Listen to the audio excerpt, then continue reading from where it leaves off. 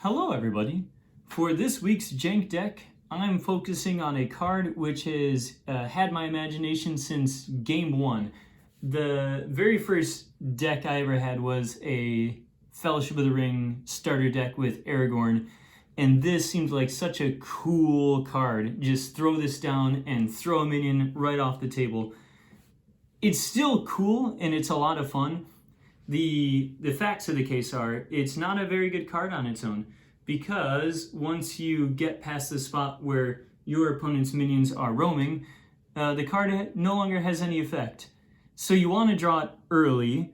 For that reason, this deck is 30 cards on the free people side, and we are specifically bidding 0 and aiming for going second, just so that we have one extra turn with the shadow side to reconcile and draw a little bit beyond 8.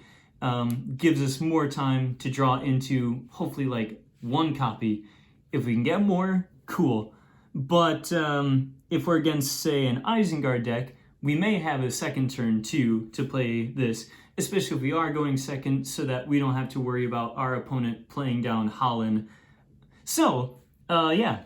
Maneuver. Spot a ranger to discard a roaming minion. This can shut down Nazgul until site 3, so you better draw it quick. Strong Uruk-hai, but any minion that's roaming. And the whole point of the deck is, as I said, just draw it so we can play it. So, first thing, 4 copies. How about that? Then, let's go to our starting fellowship, and this is going to be very silly. We have Boromir in there, so whatever happens, we have a ranger right in the starting fellowship. So we have the ranger we need in order to spot, in order to play What Are They, to discard a roaming minion. Frodo, old Bilbo's heir, and yeah, just the common ring. This one might be from, look close, it's from Series 7. But anyways, it's the common ring. We're all good. So maybe not tournament legal, but it's the same thing. Then, Frodo, old Bilbo's heir. At the start of each of your turns, you may heal a Hobbit ally. There is one Hobbit ally in this deck, and here is further jank silliness. Marry Horticulturalist. Fellowship, exert Marry to play Farmer Maggot from your draw deck. So hey, we have Farmer Maggot in our draw deck. A few things. Turn 1, exert Marry, grab Farmer Maggot. Farmer Maggot exerts to heal Merry or Pippin, so you can do that right away on turn 1. And then Frodo will, at the start of each of your turns, go ahead and heal Farmer Maggot as long as he's still alive.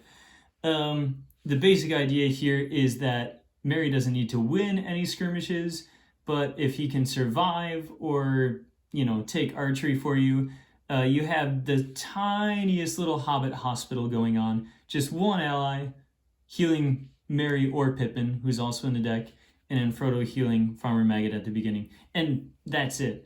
But also, Merry will help us cycle through the deck quick, because we're pulling this right out of the draw deck, and we have this built right into our starting fellowship. In a pinch too, Merry does that in turn 1, and then you're up against some horrible minion on site 3, and you haven't drawn any What Are They's. Well, Merry will go, and that's fine. Merry can block.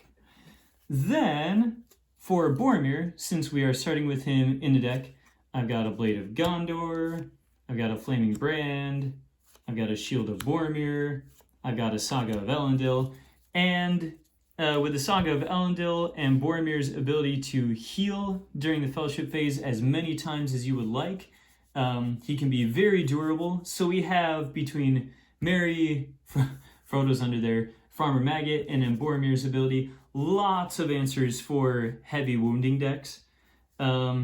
Then, while we have the 4 copies of What Are They in the deck, I'm also going to go ahead and run 2 copies of Gondor's Vengeance.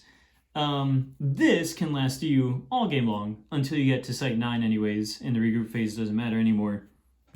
So exert a ranger companion, regroup phase, to discard a minion. Yeah, we got Boromir right there. He's ready to go. Since we have hobbits, well, of course we have hobbits, we have Frodo, but like Merry and Pippin in the deck too, I'm going to give just ever so gentle support. 2 copies of the Hobbit Sword, and then 2 copies of There and Back Again.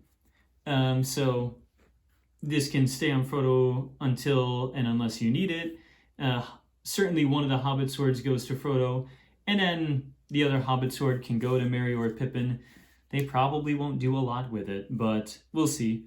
Yeah, that's the spirit. Anyways, then, along with Frodo and Merry and Pippin, Frodo, Merry, and Boromir, we have Pippin, Hobbit of some intelligence. Gandalf Signet, when you play Pippin, remove a burden or wound from a companion, so more healing.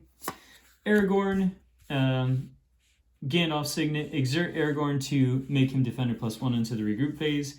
This is, hopefully we don't have to use this, but if we need it, it's there. Really basic, quick support for him, just a Ranger's Sword and a Ranger's Bow. So at least he can go out and fight the Yuruk Ragers for you, the Yuruk Warriors, until, somebody plays a Savagery to match their numbers. But we probably have an answer for that too. And then one Splash Companion of Legolas. No support in there, just good artillery. You know the drill. Okay, between Aragorn, Pippin, Merry, Boromir, Frodo, Old Bilbo's Heir, we have Gandalf Signets aplenty. So this is a Gandalf Signet sort of a deck, as I try not to hurt the edges of my cards here. So I've got 3 copies of Gandalf the Great Pilgrim, who actually does not have a Gandalf Signet himself, and that's okay. But at the start of each of your turns, you may draw a card. We're just hoping to, draw into helpful things. Here's a Glamdring for him, makes him damage +1. You always want ways to get minions off of the board. Between Legolas, Greenleaf, and Aragorn's Ranger's Bow, Aragorn has a Ranger's Sword, Boromir has the Blade of Gondor and a Flaming Brand, we have Glamdring. We actually have a few answers for capitalizing on Skirmishes 1. And then Gandalf's Staff for the extra vitality, and if we need to cancel a skirmish, that's available to us. The redundant copies of Gandalf, again, are going to help us key into healing against heavy wounding decks. So there's a lot of options in here for durability. Finally, to cap it all off, and here's where actually the Gandalf Signets come into play, we have 3 copies of Trust Me As You Once Did. And, once you have one, you have the effect. But the redundant copies allow you, once you play them, to use that effect multiple times in the same skirmish, because the limit +3 is always there. So for each copy you have, you can go through the limit +3 again. So it's good to have multiple down. Gandalf has the extra vitality with the Gandalf Staff, and he has the extra copy so he can heal himself by discarding. So lots of opportunities to use this. And our starting fellowship of Boromir and Frodo, Old Bilbo's Heir, and Merry, Horticulturalist already has 3 Gandalf Signets right away. And then it's further supported by our Aragorn and our Pippin. So it's okay that Gandalf doesn't have the Gandalf Signet. Besides which, in Fellowship Block, the Gandalf who does have the Gandalf Signet is the Series 1 starter deck Gandalf who exerts to make each of your Gandalf Signet companions cost -2. That would be a fun challenge for a Jank deck of its own, but in that case, that Gandalf wants to be in the starting Fellowship and have more focus on him. So there's our 30 card, what are they, Fellowship. Then our minions are going to be kind of self-explanatory. This is one of my favorites, and I'm just going to breeze through this because I've talked about this kind of thing in depth in another video. But these are the Moria Archers. Here's the main theme of the deck, the Moria Archer Troop, along with 4 copies of Host of Thousands to, with enough Twilight, hopefully run more copies of these.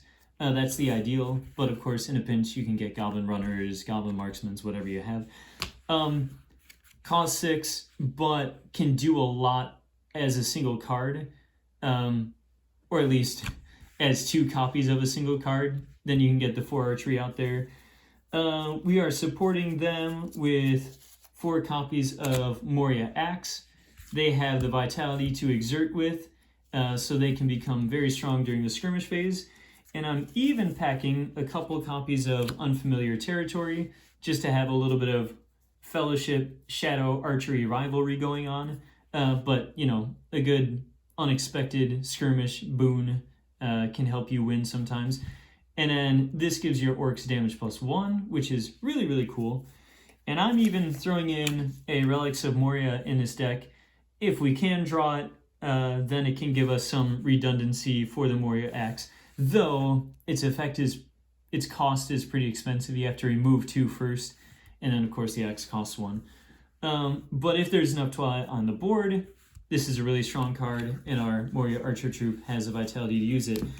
That just looks like a lot of support for 4 minions. So the rest of this is going to be the other minions who we're using.